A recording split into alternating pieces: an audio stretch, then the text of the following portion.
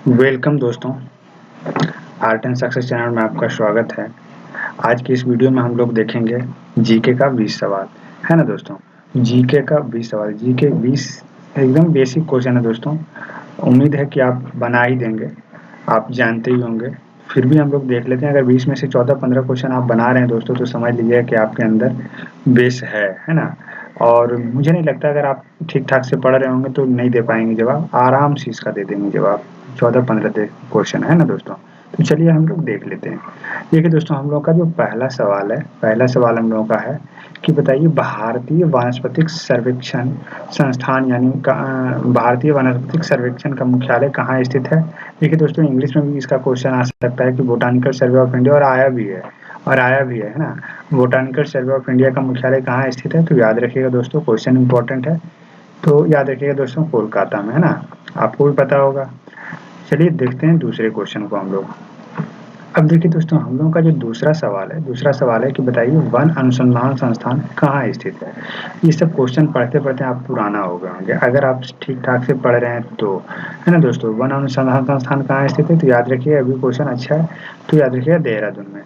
अब हम लोग चलिए दोस्तों तीसरे प्रश्न की ओर बढ़ते हैं। तीसरा जो हम लोग का क्वेश्चन है दोस्तों, तीसरा जो हम लोग का क्वेश्चन है कि भारतीय पेट्रोलियम संस्थान निम्नलिखित में से कहाँ है। याद रखिए, क्वेश्चन जैसे ही आपको निम्नलिखित नजर आया ना दोस्तों, तो इन 4 ऑप्शन के अंदर ही आपसे कुछ पूछा जा रहा है ना। बाहरी क्वेश्चन आपसे बाहर कुछ खास नहीं बोला जा रहा हो, तो ये 4 क्वेश्चन के भीतर ही आपसे कुछ कहा जा रहा है, ये याद रखिएगा। निम्नलिखित का मतलब ही होता है। तो भारतीय पेट्रोलियम संस्थान कहाँ है दोस्तों, तो याद रखिएगा ये भी देहरादून में है ना। एसपीडी वगैरह आप पढ़ रहे होंगे तो ये सब आराम से आप बना रहे होंगे। तो भारतीय पेट्रोलियम संस्थान निम्नलिखित में से कहाँ है, तो याद रखिएगा देहरादून में। अब चलिए दोस्तों हम लोग नेक्स्ट क्वेश्चन की ओर बढ़ते हैं।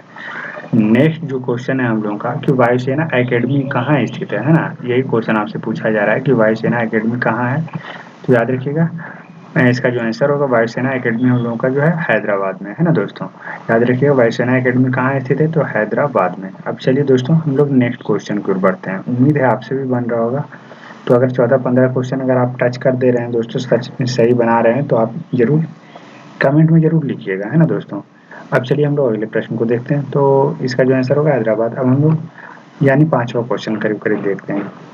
तो 5वां जो हम लोग का क्वेश्चन है दोस्तों कि निम्नलिखित में से भारत का वह स्थलीय स्मारक कौन सा है जो यूनेस्को की विश्व सांस्कृतिक धरोहर की सूची में शामिल ही नहीं है। याद रखिएगा शामिल नहीं है, क्वेश्चन ये आपसे पूछा जा रहा है। बाकी इन तीनों है, लेकिन ये चार में कोई एक नहीं है, तो यही आपको बताना है। देखिए दोस्तों, इसका जो आंसर होगा याद रखिएगा तिरुपति तिरुमाल मंदिर, है ना। याद रखिए क्वेश्चन ये भी ठीक है। अब हम लोगों का अगला जो क्वेश्चन आता है दोस्तों, अगला हम लोगों का है कि शाह परमाणु भौतिकी संस्थान कहाँ स्थित है। तो आप पढ़ रहे होंगे दोस्तों, तो ये सब क्वेश्चन तो आपको एकदम बिल्कुल जेवा पे होगा। तो याद रखिएगा दोस्तों, इसका जो आंसर होगा वो मुंबई में। शाह परमाणु भौतिकी संस्थान तो मुंबई। अब हम लोग अगले प्रश्न की ओर बढ़ते हैं। अगला जो हम लोगों का प्रश्न दोस्तों, हाफस आम का मूल स्थान कौन सी है। देखिए वैसे आम की इतनी प्रजाति है दोस्तों, इतनी प्रजाति है कि मतलब क्या बताएं, इतना ज़्यादा है कि आदमी गिन नहीं सकता है ना। हाफस, तो इसी में आपसे पूछा जा रहा है कि हाफस जो है वो आम का मूल स्थान कौन सा है। मतलब कहने का मतलब जो हाफस की प्रजाति है आम का, वो सबसे ज़्यादा कहाँ होता है। तो यही आपसे क्वेश्चन पूछा जा रहा है। तो याद रखिए दोस्तों, ये बनारस में होता है ना, हाफस बनारस में होता है।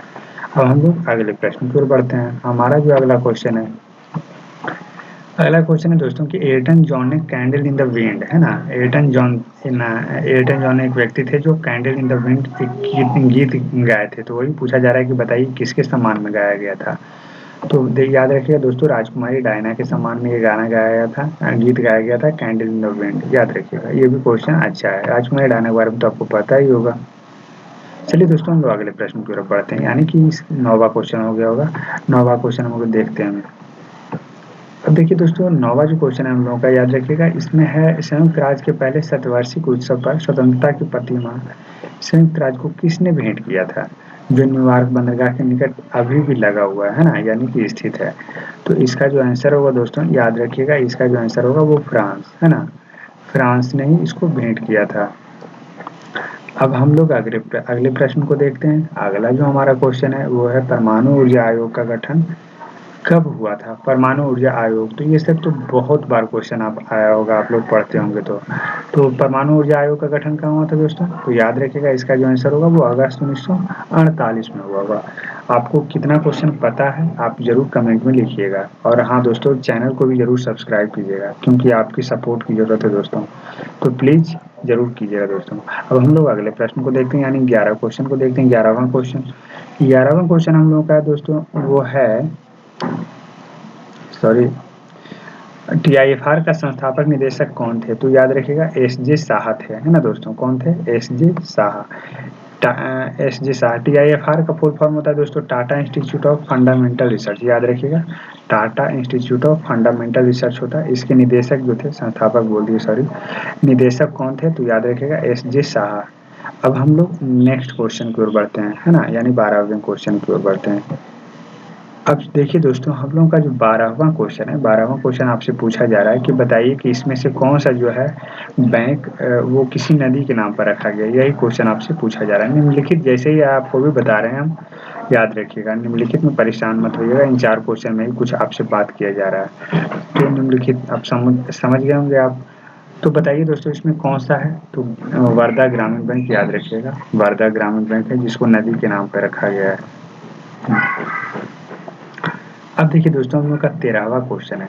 13वां जो प्रश्न है दोस्तों वो है ऑनर्स प्राइड नेवर्स एनवी, ये शेयर्स लाइन निम्नलिखित में से किस कंपनी की है? Honours pride नेवर्स N V. तो देखिए दोस्तों, कंपनी वैसे टेलीविजन वगैरह यानी इलेक्ट्रॉनिक जो चीज़ बनाता है वो सब उसी कंपनी का बीपीएल है, सैमसंग, वीडियोकॉन है, ओनिडा। तो इसमें याद रखिएगा दोस्तों ये जो मतलब जो लाइन है वो ओनिडा टीवी का है ना दोस्तों? Onida TV, honours pride नेवर्स N V, जो ये लाइन है वो ओनिडा टीवी का है, तो कंपनी है, याद रखिएगा। चलिए हम लोग अगले प्रश्न की ओर बढ़ते हैं, यानी 14वां क्वेश्चन। अब देखिए दोस्तों 14वां का जो क्वेश्चन है हम लोगों का वो है विश्व पर्यावरण दिवस निम्नलिखित में से किस तारीख को मनाया जाता है? तो इतना बार ये सब क्वेश्चन आया होगा कि आप खुद ही परेशान हो गए पढ़ते पढ़ते, इतना बार, है ना। स्पीडी में तो कम से कम अगर आप पढ़े होंगे तो क्या बताएं, कम से कम 100 बार से ऊपर क्वेश्चन है। तो अगर आप पढ़े होंगे तो जरूर आपको पता होगा। चलिए दोस्तों, हम लोग तो आपको पता ही होगा 5 जून विश्व पर्यावरण दिवस कब मनाया जाता है? तो 5 जून को मनाया जाता है। वैसे हम दिवस के ऊपर वीडियो बना के रखे हैं दोस्तों, आप जाके नीचे देख भी सकते हैं। चलिए हम लोग पहले देख लेते हैं अगले क्वेश्चन को। ध्यान दीजिएगा, अगर आपको पढ़ना है तो बहुत आसान तरीके से बता दिए, उसमें जाके आप दिवस पढ़ लीजिएगा, आराम से आपको सबका सब दिवस याद हो जाएगा, बहुत आसान तरीके से बताए हैं। अब चलिए दोस्तों हम लोग 15वां क्वेश्चन को देखते हैं। 15वां जो ऐसे क्वेश्चन है हम लोगों का, निम्नलिखित में सुबह संगीतकार कौन सा है जो बहरा था, है ना? अगर आप व्याकरण पढ़े होंगे दोस्तों तो बधिर, बधिर का मतलब होता है बहरा, यानी आप इस तरह से भी कह सकते हैं कि बहरा का पर्यायवाची शब्द है बधिर, है ना दोस्तों? तो अगर आप पर्यावरण पढ़ रहे होंगे तो आपको वही मालूम होगा। तो खैर हम यहाँ पे क्वेश्चन देखते हैं कि बताइए वो कौन सा संगीतकार था जो बहरा था? तो याद रखिएगा बीथोवन थे। बीथोवन एलवी जो थे वो बहरे थे। बीथोवन एलवी बहरे संगीतकार थे। अब चलिए दोस्तों, हम लोग का अगला जो क्वेश्चन है थोड़ा सा दिमाग वाला है ना, थोड़ा दिमाग आपको लगाना है, इसमें कोई जीके वाली कोई चीज़ नहीं है, तो थोड़ा सा आपको दिमाग लगाना है। बताइए दोस्तों, इसमें कहा जा रहा है आपसे कि किसी खेत में सांप और गिद्ध चूहों को खा रहे हैं, तो यदि उसी खेत में जंगली कुत्तों को छोड़ दिया जाए तो बताइए तत्काल परिणाम क्या होगा? यही आपसे पूछा जा रहा है। तो देखिए दोस्तों, हम आपको थोड़ा सा एग्जाम्पल के तहत आपको बता दे रहे हैं। जैसे आप कोई 2 भाई हैं, आपको कोई खाना मिला है, कोई आप खाना खा रहे हैं कुछ भी, तो 2 भाई मिलके खाना खा रहे हैं, इसमें तीसरा भाई अगर आएगा तो क्या होगा? तो ऑटोमेटिक खाना में थोड़ा सा और कमी आ जाएगा, जितना आपको मिल रहा था अब उससे थोड़ा कम मिलेगा, यही है ना। तो बस यही आपसे क्वेश्चन पूछा जा रहा है कि बताइए सांप और गिद्ध चूहों को खा रहे हैं किसी खेत में, अब उसी खेत में जंगली कुत्ता को भी छोड़ दिया जाता है। जंगली कुत्ता भी तो वही है दोस्तों, आप मांसाहारी है, तो जंगली कुत्ता को भी छोड़ दिया तो वो किसको खाएगा? तो चूहा को ही खाएगा, ये है ना दोस्तों। तो चूहा को खाया जा रहा है तो चूहा की ही बात चल रहा है, तो इसमें पूछा जा रहा है कि बताइए कि इसको भी छोड़ दिया तो किसमें कमी आएगा?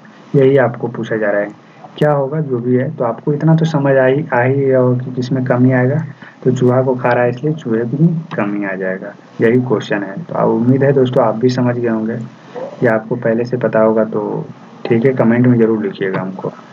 चलिए दोस्तों हम लोग अगले प्रश्न को देख लें। अगला जो हम लोगों का प्रश्न है दोस्तों, बताइए कि निम्नलिखित में से वह कौन सा राज्य है जिसमें अभी तक कोई सॉफ्टवेयर पार्क नहीं है? कोई सॉफ्टवेयर पार्क नहीं है। तो वैसे भी आपको पता होगा दोस्तों हमारा जो अपना बिहार है, यही है दोस्तों, इसमें आज तक अभी तक कोई सॉफ्टवेयर पार्क नहीं है, कोई सॉफ्टवेयर पार्क है ही नहीं बिहार में। चलिए दोस्तों हम लोग अगले प्रश्न को देखते हैं। अगला जो हम लोग का क्वेश्चन दोस्तों वो निम्नलिखित में से बताइए कि वह कौन सा रत्न है जो उपरत्न पत्थर नहीं है। उपरत्न पत्थर नहीं है, रत्न और उपरत्न होता है दोस्तों, ये सब सारे जो हैं वो रत्न है, और उपरत्न होता है जैसे कि पुखराज वगैरह हो गया, तो इसका जो उपरत्न अगर पूछा गया तो आपको वो सुनहला पत्थर होगा उसका उपरत्न। तो इसी तरह से आपसे क्वेश्चन पूछा जाए तो बताइए कौन सा रत्न है जिसका उपरत्न होता ही नहीं, यही आपसे क्वेश्चन पूछा जा रहा है। लेकिन निम्नलिखित है, आपको बता दिए हैं कि निम्नलिखित की बात की जाए तो इन 4 की ही बात की जाती है। तो चलिए दोस्तों आपको समझ आ गया होगा कि बताइए इन 4 में से कौन सा रत्न है जिसका उपरत्न नहीं है। तो याद रखिएगा मोती, है ना दोस्तों। तो मोती का कोई उपरत्न नहीं होता है। अब आप समझ गए होंगे। अब हम लोग नेक्स्ट क्वेश्चन की ओर बढ़ते हैं। नेक्स्ट जो हमारा क्वेश्चन है दोस्तों, थोड़े फास्ट चलते हैं, कंपटीशन वालों को फास्ट चलने की आदत होती है, इसलिए हम थोड़े फास्ट ही चलते हैं।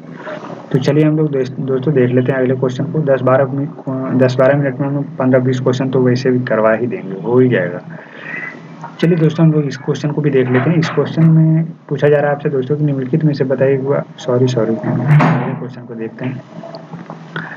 हमारा जो अगला क्वेश्चन दोस्तों इसमें देखते हैं, राष्ट्रीय चिन्ह के नीचे अंकित सत्यमेव जयते जो किस जगह से लिया जाए, किस ऐतिहासिक स्थान से लिया गया है।